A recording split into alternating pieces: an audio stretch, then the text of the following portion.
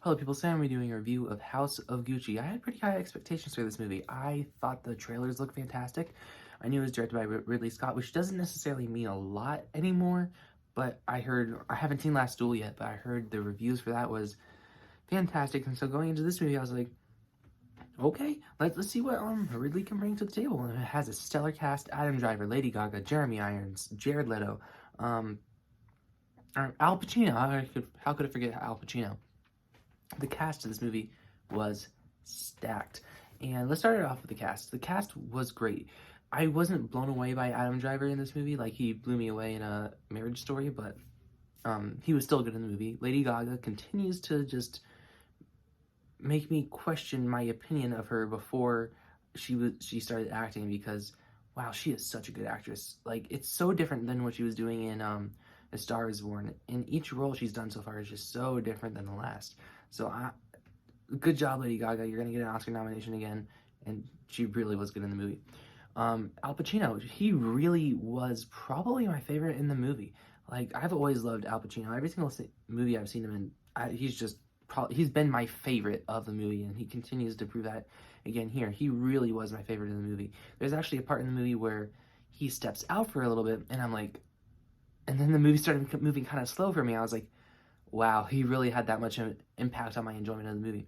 And last, I want to talk about Jared Leto, because there's people kind of trashing on his performance, but I feel like he was almost typecast. I felt like he was particularly cast for the type of role he was playing. I felt like he was cast for this role.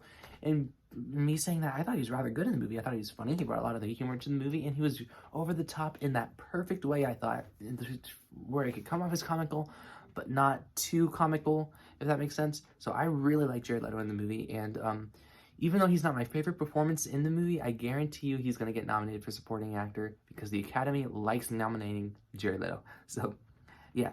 Anyways, besides the fantastic cast, this movie was kind of a disappointing mess. And I hate to say that, and I want to be that person to say, oh, this movie reaved the energy that the trailers gave, because the trailers were so good to this movie. It just screamed the energy that I would want out of a movie like this.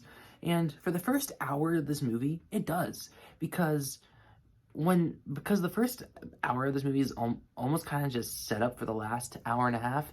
And during the last hour and a half of the movie, I was like, okay, so we're kind of getting jumpy now. And then I found myself bored, and then I was like, this should have been a mini-series, because this movie would have been the perfect mini-series. It's like Reminiscence, where there's a lot of great working factors here that are so good. It's just, it really comes down to the problems of so much story trying to fit into one movie. And the thing that's most frustrating about this movie is that the story that this movie is trying to tell really could be snipped down into the movie that they were just trying to do. Cut it down to 2 hours, and the movie would have been probably really good. But with the amount of stuff they're trying to put into this movie, and like story beats, story points, it kind of feels really overstuffed. It felt like this could have been cut, this could have been cut, and this wouldn't have had anything. Just make this happen there, because I know they're trying to stay accurate, but none of these movies are never ever 100% accurate. And I'm sure the movie would have been just as accurate if they cut out the stuff that I'm thinking they should have cut out. Because there's some stuff in this movie where I was just like, okay, get on with it. And it really is that period where I felt it the most, where Al Pacino left. So I was like, geez, how much of this movie did he make me enjoy of it? Well, yeah. Because, like I said, the first hour of this movie, I was loving it. Like, the first hour, I was like, we're only an hour into this. I feel like I've been watching this for like 20 minutes. And then the last hour and a half happens. I was just like, end.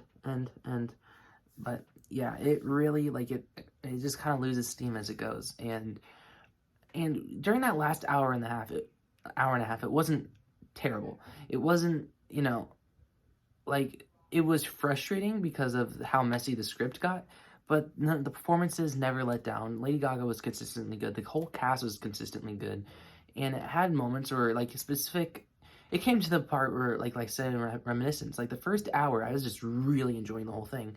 And then, like I said, in Reminiscence, there'd be, whenever there was, like, specific scenes where it was just point A to point B, or it was just really focused on one thing, I found myself loving it. But once it went back to the story, trying to explain this and explain that, I wasn't so much anymore.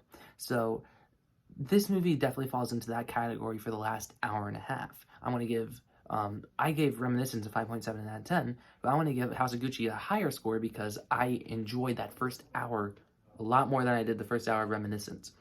And I've really been kind of trying to come up with a score in my head because it's really a tough movie to score. It really is. When I was first done watching this, I was like, yeah, this was a 6 point blah blah blah. And I'm like, no, this is like a 4 point blah blah blah. Because it really, I'm very torn on this movie. I'm really like, because like when the movie ended, I was just kind of irritated with it. But in reflection, I was like, that first hour was so good though, and then it went downhill. But it wasn't awful. It was just very frustrating because the first hour was so good. So I'm very torn. I'm leaning a tad more positive than I am negative, but it depends on how you ask me. Like, in 1 minute I'll be like, this movie was okay. 1 minute I'll be like, yeah, it was a big disappointment. So I don't even know if I'm gonna grade it. Like, it really is something I'm torn on. It's in that 5 to 6 range. Like, at minimum, I was gonna give it a 5.7, the same score I gave Reminiscence, and I was gonna give it a 6.4. So let's go meet in the middle with the 6.1. There we go. House of Gucci is 6.1 out of 10. Tomorrow you can ask me again, it'll be a different score. I don't know. So yeah, I'm disappointed because I was really expecting one of the better movies this year. So yeah. Anyways, like, share, subscribe, and stuff like that, and adios.